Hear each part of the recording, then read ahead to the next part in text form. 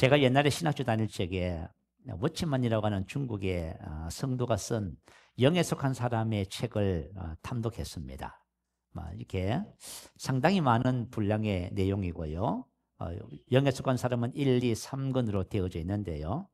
참 그게 되게 중요한 책이었음에도 불구하고 너무 복잡해서 잘 이해를 못했어요. 근데 오늘 저와 여러분이 우리 새로운 피조물의 계시 안에서 영에 속한 사람이라고 하는 제목으로 말씀을 나눌 거예요. 오늘 이 말씀을 이해하면은 이게 무슨 뜻인지 여러분 지금까지 말씀을 들어왔기 때문에 여러분이 잘 정리가 되고 여러분 삶 속에서 잘 적용이 되면서 우리가 이 땅에 하나님의 아들로 사는 삶의 실제가 되는 축복이 있을 줄로 믿습니다. 오늘 말씀을 보면 성경 말씀을 통해서 세 부류의 사람에 대한 말씀을 기록하고 있어요. 첫 번째 보면 신령한 자 이렇게 나오지요. 형제들아 내가 신령한 자들을 이렇게 말합니다. 푸뉴마티코스, 영에 속한 영적인 그런 뜻이에요. 하나님의 성령으로 거듭나서 저와 여러분이 영으로 기능하는 삶을 살면은 뭐라고 불러요? 신령한, 영적인, 영에 속한 이렇게 부릅니다. 자, 우리 새생명교회 모든 성도님들은 영에 속한 사람인 줄 믿습니다. 우리 요한복음 3장 6절에 기록하잖아요. 육으로 난 것은 6이요, 영으로 난 것은 0이잖아요. 저와 여러분의 정체성은 6에서 0으로 옮겨졌습니다. 그래서 0이기 때문에 당연히 0으로 사는 것이 맞고요. 그래서 이것이 이제 우리의 정상적인 신앙의 삶이 됩니다. 두 번째는 1절에 보니까 육신에 속한 자 사르키노스라고 합니다. 육적인 그런 뜻이에요. 육적인 육신 자체를 말합니다. 자, 육으로 난 것은 6이라고 기록하지요. 이 세상의 모든 사람들은 정체성이 바로 6입니다.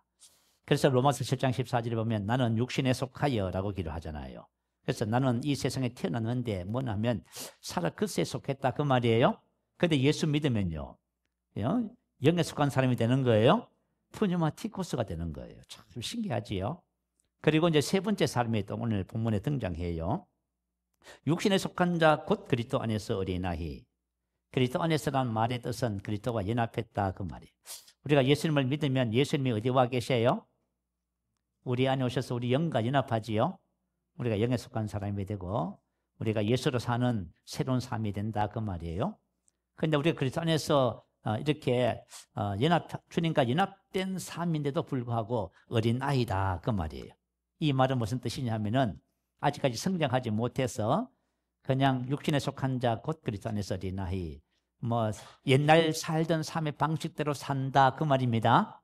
그래서 옛날 사는 삶의 방식대로 예수를 믿어도 살면은 세상 사람과 다른 법 없이 살면은 육신에 속한 자 곧 그리스도 안에서 어린아이 이렇게 이제 말씀을 기록합니다. 자, 우리가 지난주에 이제 이스라엘에 대한 말씀을 나누었어요. 하나님께서 야곱의 이름을 바꿔주시면서 이제부터 진짜 너는 이스라엘이다 이렇게 말씀하십니다. 하나님이 다스리는 사람, 다시 말하면 신령한 사람이다 그 말입니다. 하나님의 성령의 인도를 받는 사람 그런 뜻이에요. 그래서 저와 여러분이 신앙생활을 하면서 이제 육신에 속한 그리스도 안에서 어린아이에서 이제 신령한 자로 빨리 우리가 올라가야만 합니다. 오늘 올라가는데 저도 그렇고 여러분도 그렇고 오늘 발판이 되어지고 도움이 되는 말씀이 되어지기를 축복합니다. 아멘. 자, 첫 번째 육신에 속한 자에 대해서 살펴봅니다. 그리스도 안에서 어린아이. 이 고린도 교회는 사도 바울이 세웠어요. 사도행전 18장에 보면요, 고린도 교회에서 1년 6개월 동안 목회를 합니다. 그곳에서 그만 사도 바울이 뭘 했냐면 1년 6개월을 머물며 그들 가운데서 하나님의 말씀을 가르치니라. 디다스코. 가르쳤다는 말은 바로 양육했다 그 말입니다. 그냥 지식을 전수했다 그 말이 아니고 디다스코. 그리스도인의 삶을 생명을 전수했다 그 말인 거예요. 이제 제자 훈련했다 그 말이에요. 예수님의 지상 명령을 준행했습니다. 당연히 우리 교회도 바로 그런 일을 해야만 하고요. 근데 그럼에도 불구하고 고린도 교회 성도들의 신앙이 성장했을까요? 아니란 말입니다. 양육을 받아도, 그죠? 제자 훈련을 받아도 성장하지 않고 있었다 그 말이에요. 그래서 왜 그러면 어린아이라고 불렀을까요? 원래 이 고린도 교회는 고린도전서를 쓰면서 사도 바울이 두 가지를 칭찬을 해요. 첫 번째는 고린도전서 1장 5절에 보면 이는 너희가 그 안에서 그리스도 안에서 모든 일 곧 모든 언변과 모든 지식에 풍족함으로, 다시 말하면 예수님에 대한 지식과 언변이 풍족했다 그 말이에요. 여러분 사도 바울에게서 전수를 받았으니까 그죠? 새로운 피조물의 계시 십자가와 우리 안에 계신 예수님에 대해서 얼마나 잘 배웠겠어요. 그러니까 지식이 풍족하고, 또 지식이 많으면 뭘 말해요? 말을 잘하잖아요.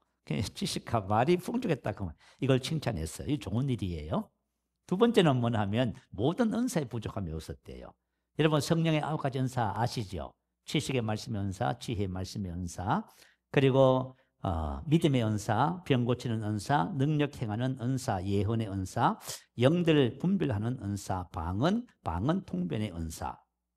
이 은사 부족함이 없었어요. 그 교회적으로 지식과 언변과 그죠? 성령의 나타남이 풍성했다 그 말이에요. 그런데 이와 같은 것들이 영적 성장의 기준이 되지 않습니다. 뭐 제가 목사라 해가지고 영적 성장한다 그거 아니에요. 목사라 해도 어린아이일 수가 있고요. 권사님들도 어린아이가 될 수 있어. 그래서 영적 성장은 외적으로 보여지는 뭐 연주라든가 그런 것이 아닙니다. 그것은 내적인 거예요. 바로 내면의 것, 인격적인 것, 인격의 열매, 성령의 9가지 열매를 이제 말씀하고 있지요. 이것이 바로 영적 성장의 증거입니다. 자, 오늘 우리가 정확하게 영적 성장을 이해하고 우리가 신령한 자로서 살아가는 삶을 정확하게 우리 배우는 시간 되었으면 좋겠습니다. 자, 고린도 교회 성도들의 실제 삶의 모습은 어떤 모습이지요? 3절에 너희는 아직도 육신에 속한 자로다. 너희 가운데 시기와 분쟁이 있으니 어찌 육신에 속하여 사람을 따라 행함이 아니리요. 이 시기라고 하는 말은 경쟁, 논쟁, 시기, 투기를 말이에요. 종교적 열심 뭐 이런 의미를 갖고 있어요. 그래 분쟁이 있다는 것은 뭐냐면 다툼, 분쟁, 불화, 싸움 있다 그 말이에요. 자, 시기와 분쟁은 무슨 일이지요? 성령의 열매입니까? 육신의 열매입니까? 육신의 열매예요. 근데 육신의 열매가 있으면 어디에 속한 사람이에요? 맞아요. 내가 막 원망하고 불평하고 자꾸 과거 얘기하고 잔소리하고 그죠? 그러면 이게 다 뭐예요? 육신의 열매지요. 그러면 어디에 속한 사람요? 육신에 속한 사람이에요. 근데 저와 여러분만 사랑하고 기뻐하고 그러면 성령의 열매를 맺으면요 신령한 자예요. 간단하지요. 여러분 신앙생활을 복잡하게 생각하지 마세요. 내가 사람을 대하고 환경과 상황을 대할 적에 그죠? 아직까지 세상 육체의 일, 갈라디아서 5장 19절 이자 육체의 일은 현재 하나님 쭉 나와요. 그게 있다면 아직까지 그리스도 안에서 뭐라고요? 육신에 속한 자 어린아이의 수준이라 그 말이에요. 그렇지만 저와 여러분 그리스도인의 정체성은 육에서 영으로 옮겨진 거예요. 육신은 갈라디아서 5장 24절 말씀처럼 그리스도 예수의 사람들은 육체와 함께 육신과 함께 그 정욕과 탐심을 십자가에 못 박았다 그 말이에요. 다시 말하면 저와 여러분 거듭날 적에 이중본성이 아니에요. 과거의 본성은 다 없어졌습니다.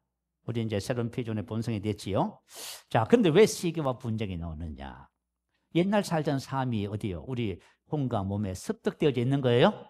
기질로, 뭐 태도로 다 습득되어 있어요. 성격으로, 그죠? 다 습득되어 있어서 그래요.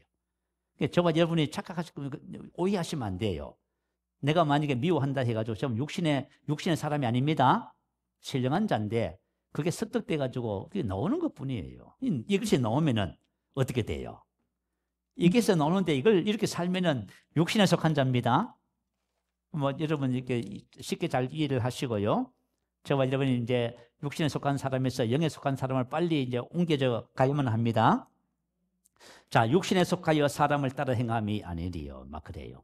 제가 목사라도 만약에 제가 짜증내고 불평하고 이렇게 하면 어디에 속한 사람이에요?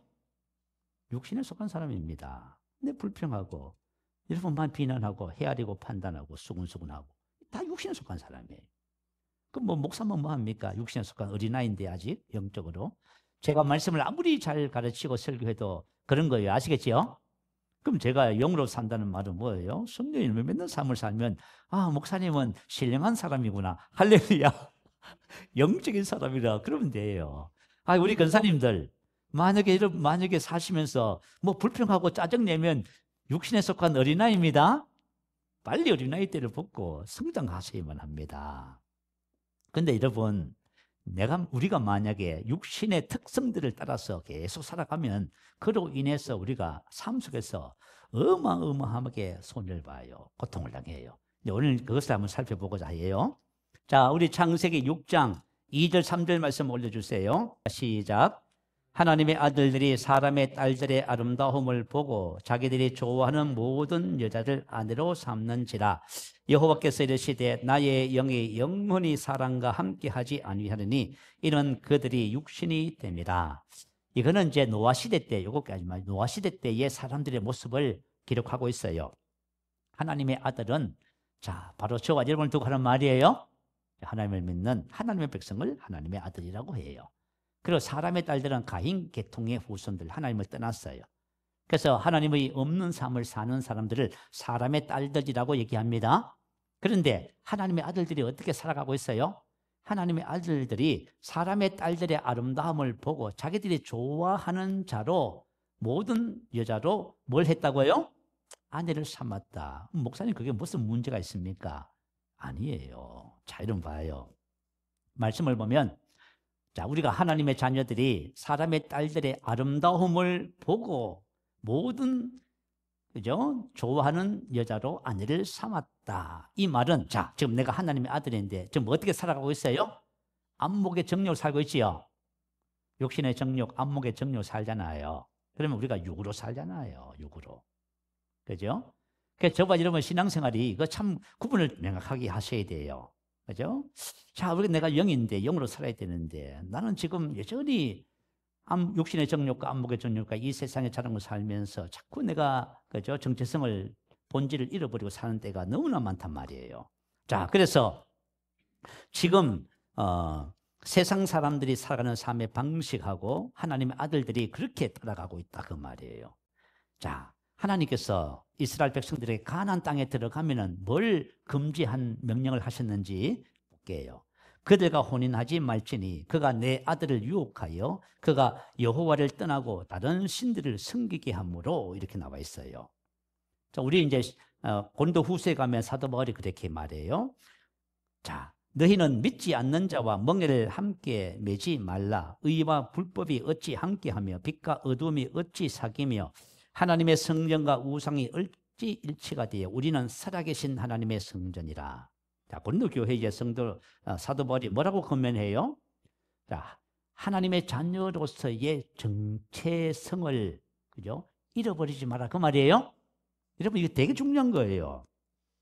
자, 우리가 성도의 정체성을 유지하라는 거예요. 자, 우리 성도는 신령한 자예요? 세상 사람들은 육에 속한 사람이에요? 근데 신령한 자와 육에 속한 자가, 그죠? 결혼을 한다든지, 이게 말이에요. 교제, 나눔, 이건 되게 밀접한 관계를 말해요. 그냥 알고 직장생활하고 그런 게 아니에요. 아시겠죠? 이렇게 하면 안 된단 말이에요. 왜냐하면, 자, 우리가 유혹을 받아서 어떻게 돼요? 육의 사람이 되는 거예요. 이게 가장 심각한 문제예요. 자, 지금 하나님의 아들들이 사람의 딸들의 아름다움을 눈으로 본 오감을 통해서 안목의 정욕을 선택해서 자꾸 가요. 그러면 어떻게 돼요? 모든 하나님의 자녀들이 뭐가 돼요? 육신이 되는 거예요. 육체가 되는 거예요, 여러분. 지금 그 얘기를 지금 창세기 6장 2절 3절에서 말하고 있는 겁니다. 여호와께서 이르시되 나의 영이 영원히 사람과 함께하지 아니하느니 이는 그들이 뭐가 됐다고요? 막 육신이 있다는 거예요. 육신이 있다는 거예요. 그죠? 자, 우리가 만약에 하나님의 말씀을 따라서 사는 삶이 아니고 그렇게 살아가면 우리가 뭐가 돼? 내가 육신에 속한 사람이 돼버려요. 야, 이거 심각한 거예요, 여러분. 저와 여러분 신앙생활 하면서 뭘 어때요? 그냥 좋은 게 좋은 거 아닙니까? 육신의 사람이 돼버려요, 그러면. 그죠? 육에 속한 그리스도인이라는 것은 뭐냐 하면 육신의 생각과 사고방식, 정신 상태를 가지고 있어요. 자, 로마서 8장 5절 6절 말씀이지요. 육신을 따르는 자는 보고 듣고 느끼는 것을 따라 살아가는 것을 말해요. 육신을 따르는 자는 육신의 그것을, 영을 따르는 자, 말씀을 따르는 자, 말씀을 묵상하는 거예요. 그러면 육신을 따르면 뭐 돼요? 육신의 사고방식이 되지요. 육신의 사람이 돼버려요. 자, 우리가 이 세상을 사는데 어떤 것을 보고 듣고 느끼고 하는 것을 따라서 생각하고 말하고 내가 살아가 버리고 있어 지금. 그러면 여러분 뭐예요? 육에 속한 사람이에요. 그래서 육신의 생각은 뭐지요? 사망요. 그래서 사망이 오는 거야. 우리 나의 삶에, 우리 삶에. 하나님이 주신 생명과 평안, 에히레네, 하나님이 주신 은혜와 축복과 은혜들이 풀어지지가 않는 거예요. 이게 삶에서 나타나지도 않는 거예요. 여러분, 이게 정말 다 사실은 되게 심각한 부분입니다. 우리 10명의 정탐꾼들의 이야기를 여러분 잘 아시지요? 정탐꾼이 뭡니까? 적진에 들어가서 보고 듣고 느끼는 것을, 그죠? 기록해서 정확하게 보고하는 것이 정탐꾼의 임무잖아요. 정보를 수집하는 게 임무잖아요. 자, 여러분 잘 아시는데 10명의 정탐꾼들이 보고 듣고 느끼는 그대로 말했어요. 결론이 뭐지요? 우리 못 간다. 그들은 강하고 우리 메뚜기 같다 봐요. 근데 하나님은 뭐라 그래요? 이 백성이 어느 때까지 나를 멸시하겠느냐, 이렇게 나와요. 이게 뭐냐면 하나님의 말씀하고 전혀 안 맞는 거예요. 여러분이 만약에 내가 인생을 살면서 어떤 문제가 있는데 그걸 뭐 고민하고 염려하고 걱정하고 상담하고 뭐 지지고 볶고 다 하잖아요. 그럼 하나님이 뭐라고 하신지 아세요? 어느 때까지 나를 멸시하겠냐, 그렇게 말씀하세요. 하나님의 생각과 우리의 판단은 전혀 달라요. 그게 지혜로운 거야. 천만의 말씀이에요. 어느 때까지 나를 멸시하겠느냐, 이렇게 말씀하셔요. 근데 갈렙은 똑같은 것을 보고 왔음에도 보고, 그죠? 하나님이 기뻐하시면 그 땅을 우리에게 주신다. 그들은 우리의 밥이다. 그러죠, 그죠? 이건 뭐예요? 갈렙은 하나님의 말씀대로 지금 말하고 있는 거예요, 지금. 이게 바로 영의 사람이에요. 아시겠죠? 내가 만약 어떤 상황이 벌어졌는데 하나님의 말씀대로, 자, 내가 지금 막 병들어서 의사는 죽는다고 하네. 근데 나는 뭐예요? 신성한 건강은 내 것입니다. 이게 영에 속한 사람이에요. 근데 뭐 지금 막 염려 근심이 되고 죽겠다고 하고 막, 그죠? 이러고 있으면 이게 뭐예요? 육신에 속한 사람이지, 그게. 육신에 속한 사람, 영에 속한 사람은 그냥 간단한 얘기예요. 그죠? 그래서 내가 신앙생활을 하면서 내 안에 하나님의 말씀이 풍성히 거하기 시작하면, 자, 신령한 자가 되는 거예요. 말씀을 따라 세상을 다스리고 통치하는 삶을 살게 되는 거예요. 자, 두 번째, 육신의 특성을 따라 사는 그리스도인이 육에 속한 사람입니다. 자, 시기와 분쟁이 있어요. 그리고 주를 시험하고 우상 숭배하고 원망하잖아요. 이게 다 육체의 일들입니다. 그러면 육신에 속한 사람입니다. 내가 만약에 영의 열매를 맺고 있어요. 그러면 영에 속한 사람이에요. 신령한 자지요. 내가 지금 아직까지도, 그죠? 육신에 속한, 그죠? 내 육체의 편의를 따라서 선택하고 결정하고 막 이렇게 살아가요. 그러면 뭐예요? 육에 속한 사람이에요. 여러분, 이것을 명확하게 구분하셔서 육의 일을 버려야 됩니다. 그래야 신령한 자가 되게 되겠지요. 자, 그래서 저와 이러면 신앙생활 하면서 육신에 속한 자, 그리스도 안에서 어린아이, 뭐 이거 분별하는 거 어렵지 않습니다. 여러분들이 오늘 말씀을 통해서 잘 분별하는 지혜가 있게 되시기 바라요. 자, 그러면 내가 만약에 이렇게 육신을 따라 살면 삶에 어떤 문제가 생기느냐, 이것을 여러분 딱 귀담아 들으시기 바라요. 그래서 내가 하나님의 자녀로서 정체성을 유지하고 내가 영을 따라서 사는 삶이 되어야 되겠다, 이렇게 결단하시는 시간 되시기 바라요.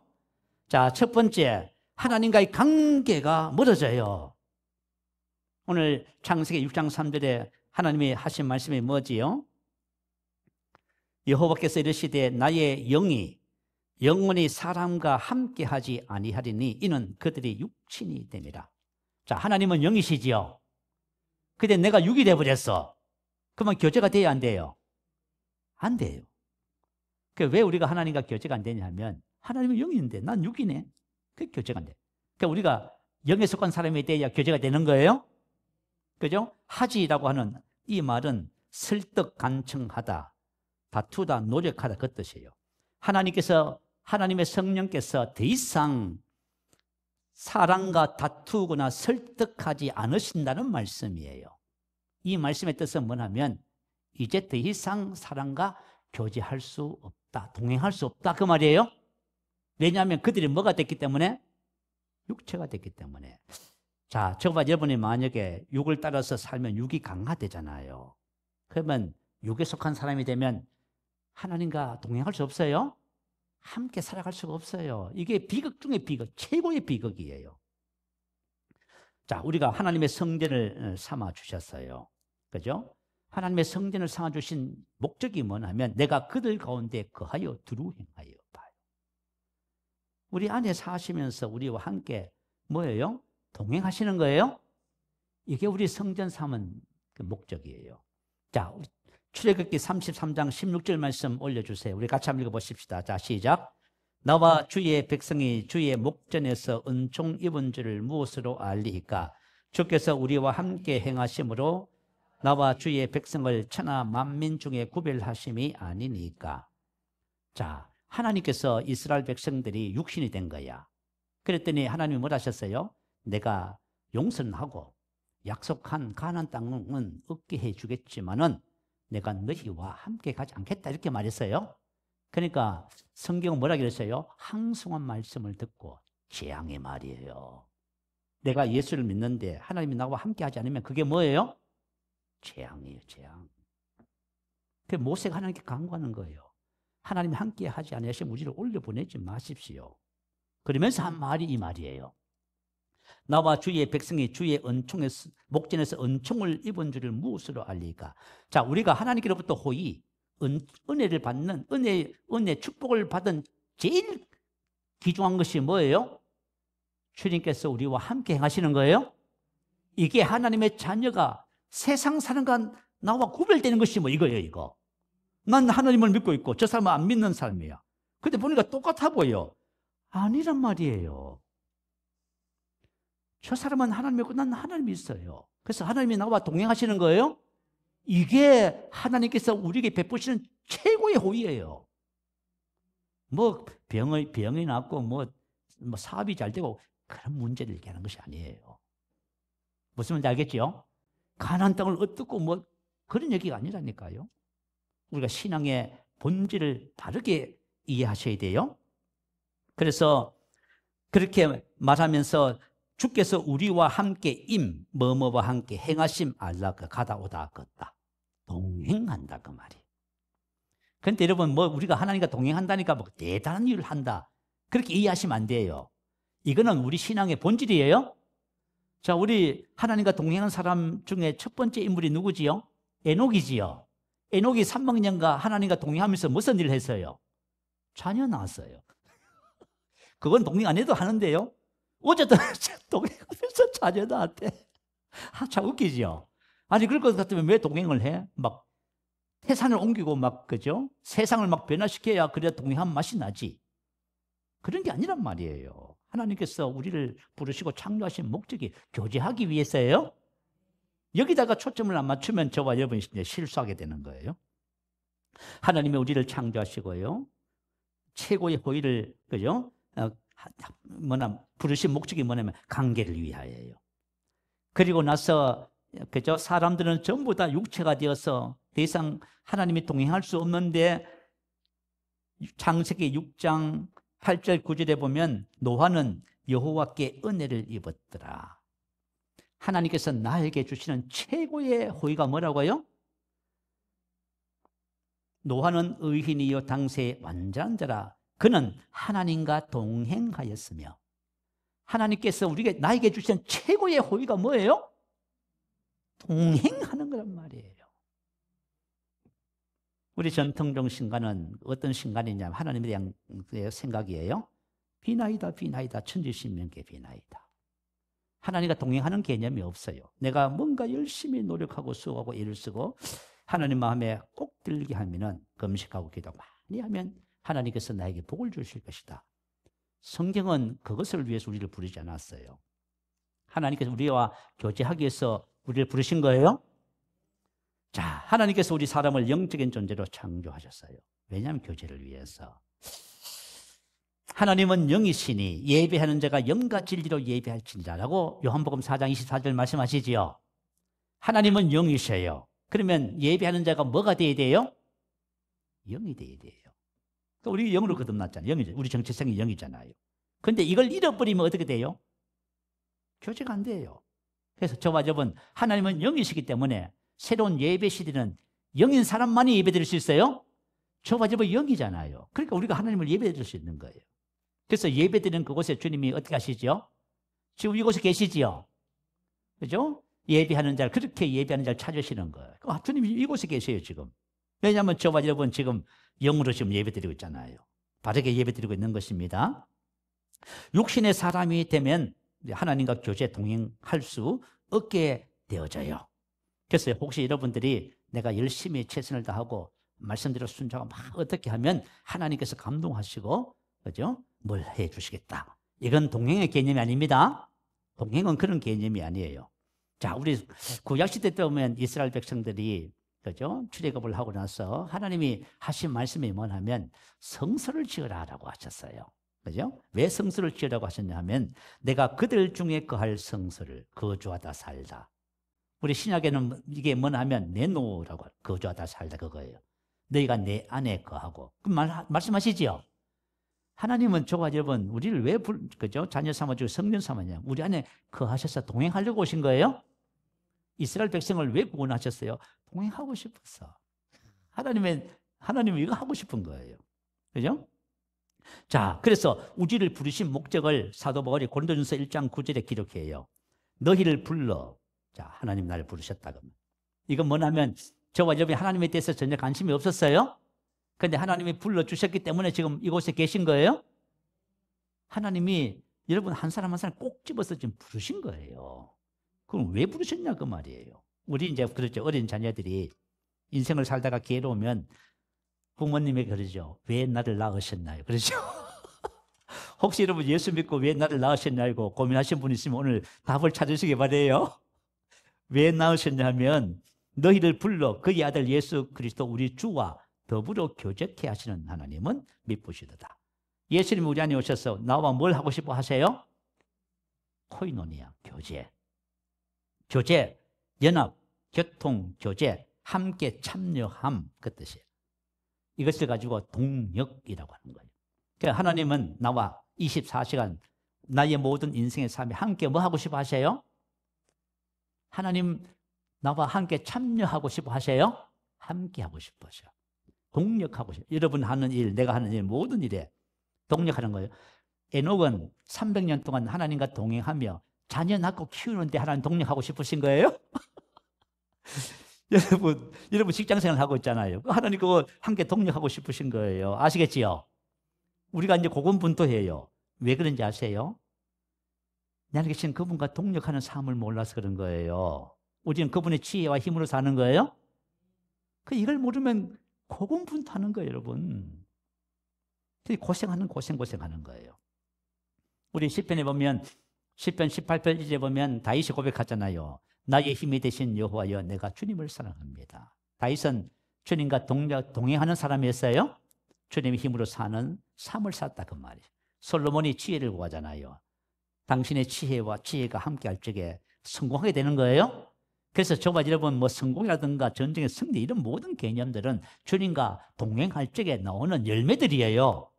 본질은 뭐냐면 동행하는 것입니다. 그래서 여러분 고군분투하시기 말기 바래요.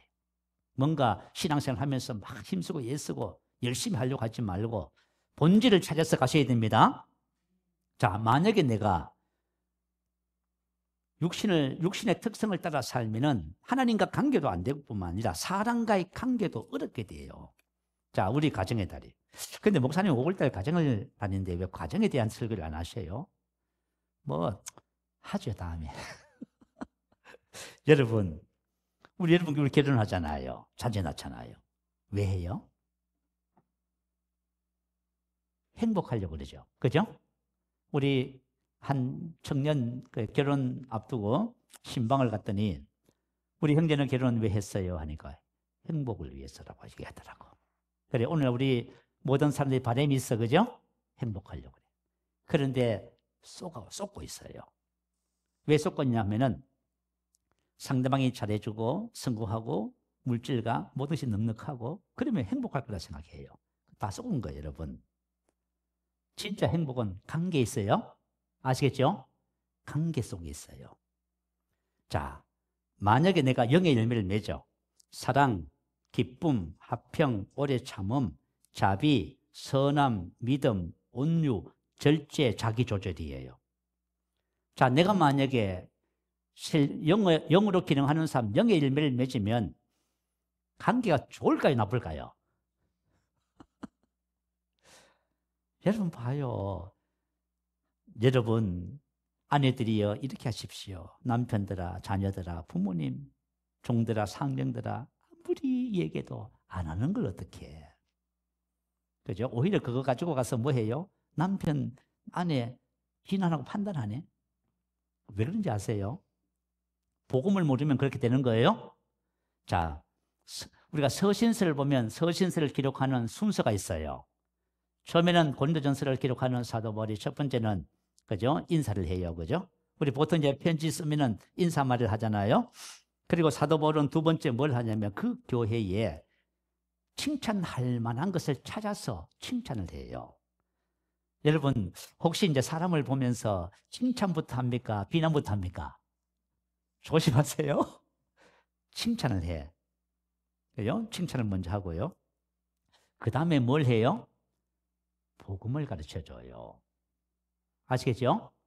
복음을 말해. 왜요? 복음을 알면은 어떤 삶을 살아요? 겉면의 삶을 살아요. 근데 복음을 모르는데 겉면하면 이 사람이 어떻게 돼요? 율법주의자가 돼. 복음을 알면은 복음의 삶이 겉면의 삶하고 일치해요? 그게 되는 거야. 그래서 여러분들이 복음을 먼저 알아야 돼요.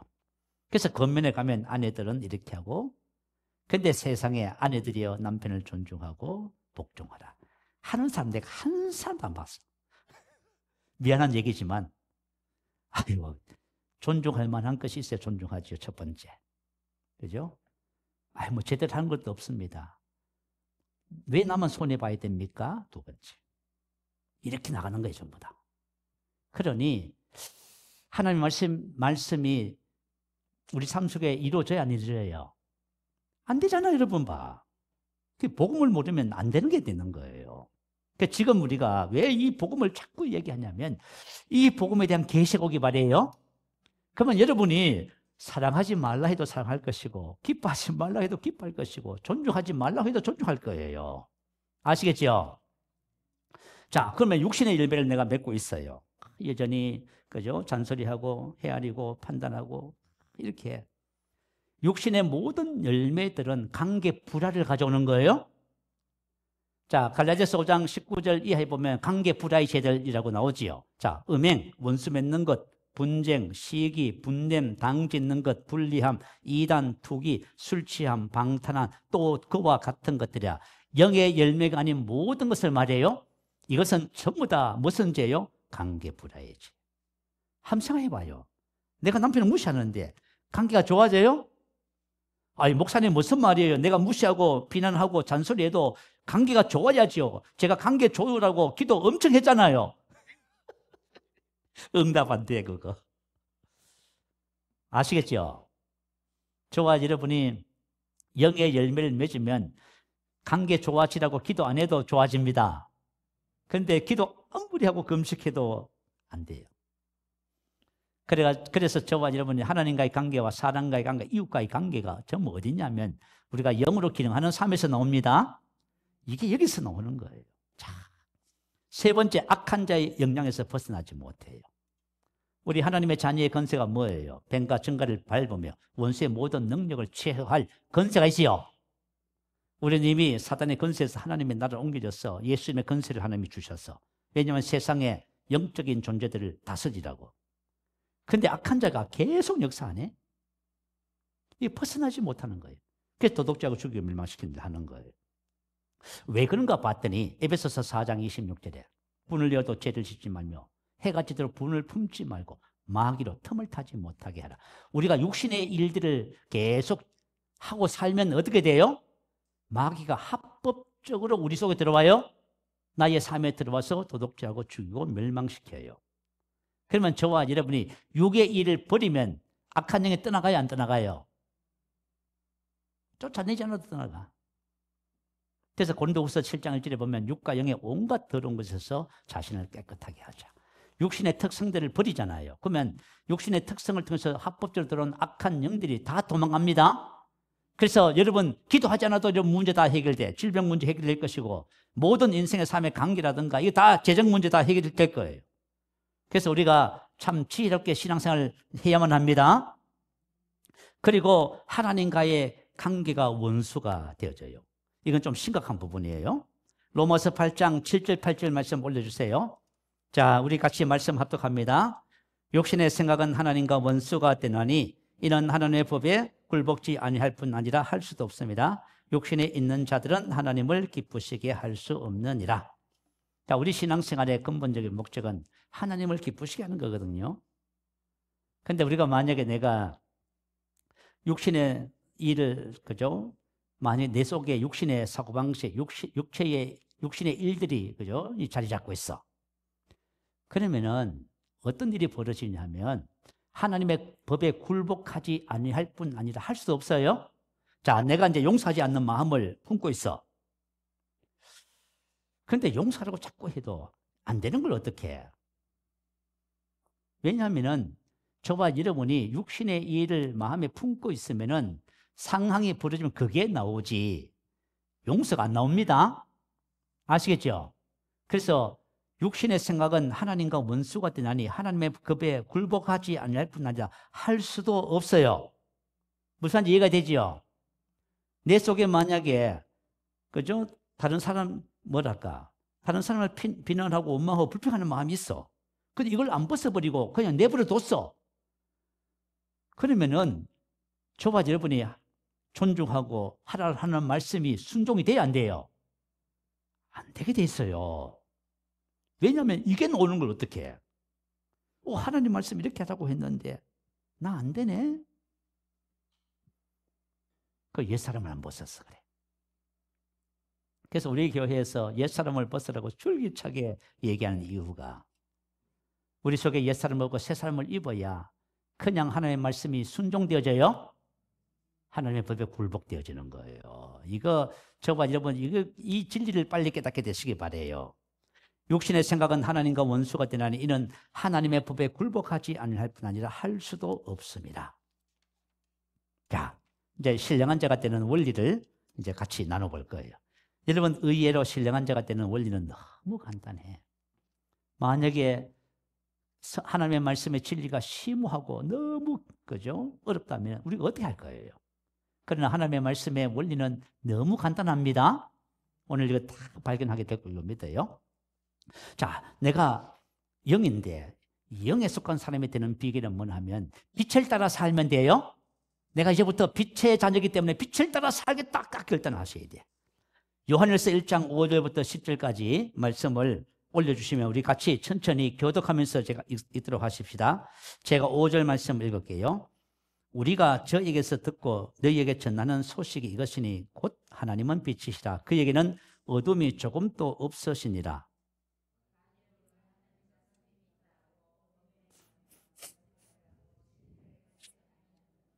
제가 빛 가운데 계신 것 같이 우리도 빛 가운데 행하면 우리가 서로 사귐이 있고 그 아들 예수의 피가 우리를 모든 죄에서 깨끗하게 하실 것이요.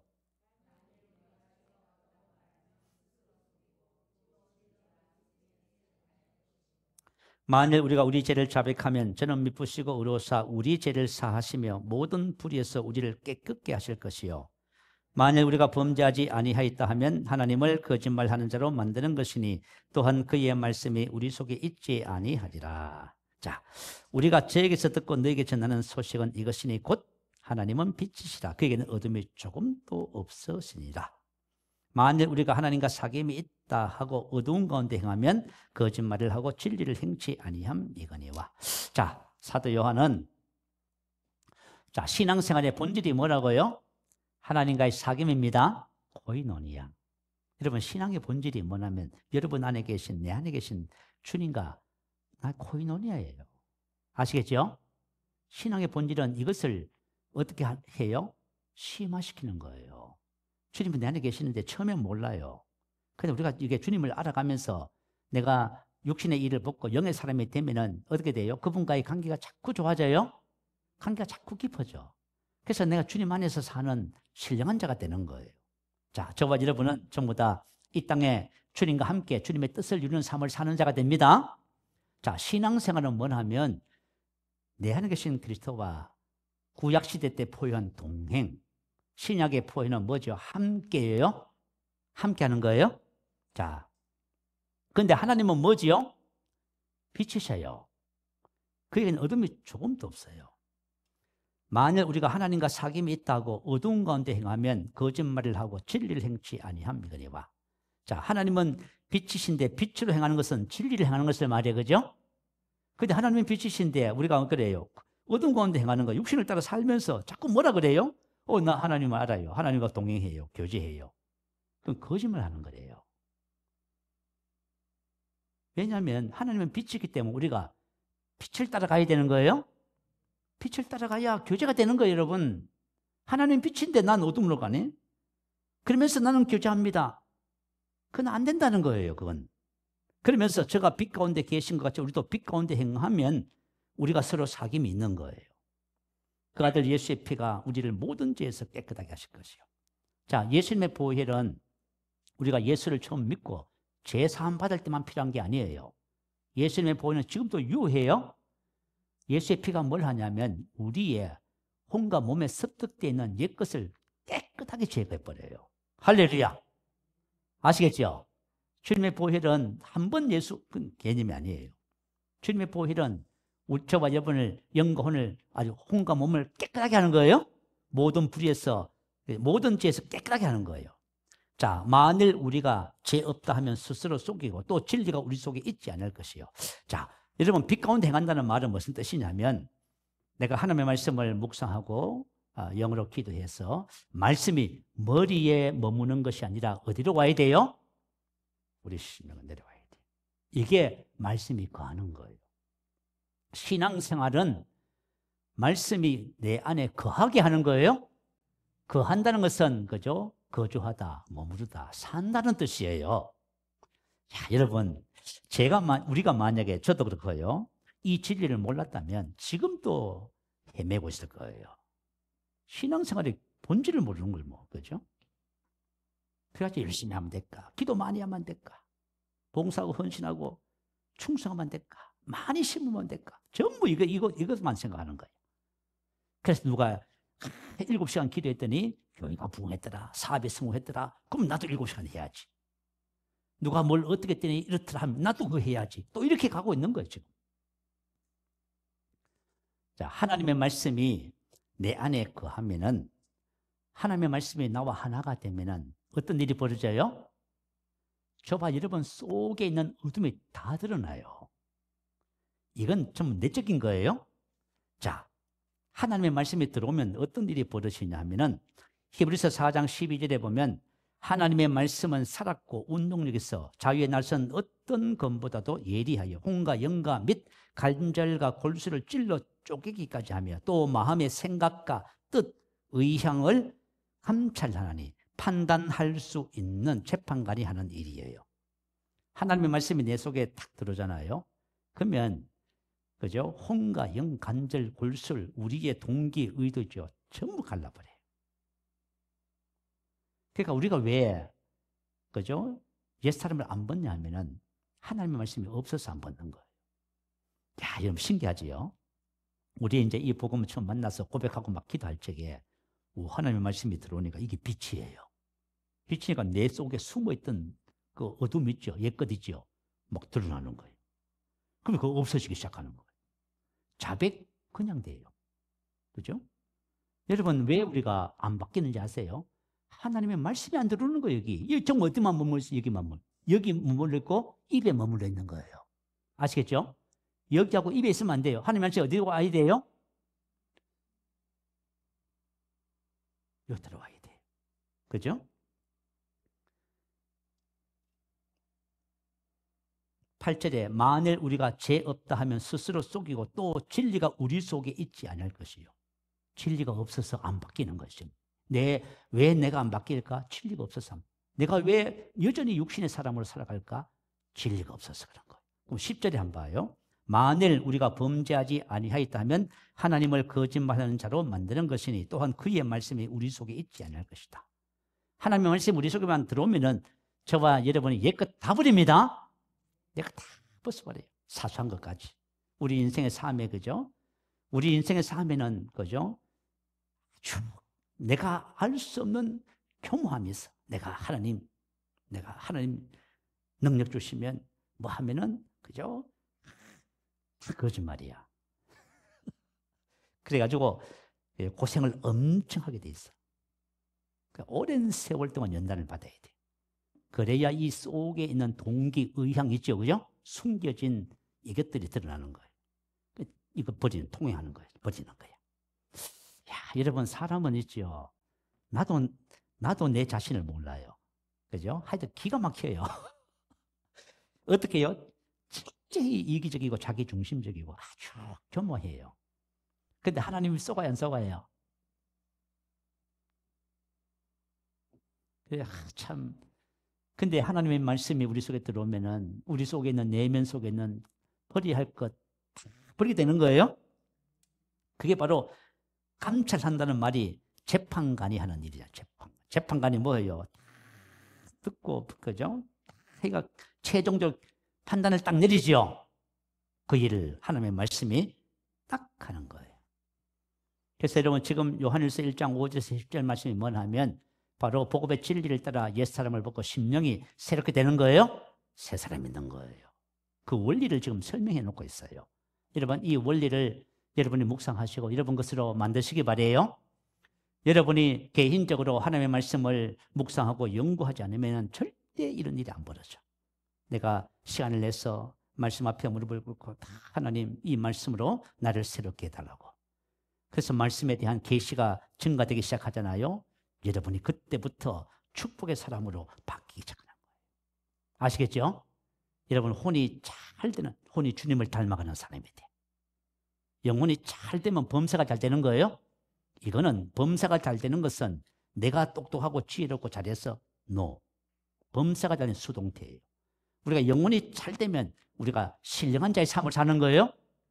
그때 주와 함께 동력하면서 하는 일이 형통할 수밖에 없어. 이런 개념이에요, 이게. 여러분, 이 뜻을 잘 분별하시기 바랍니다.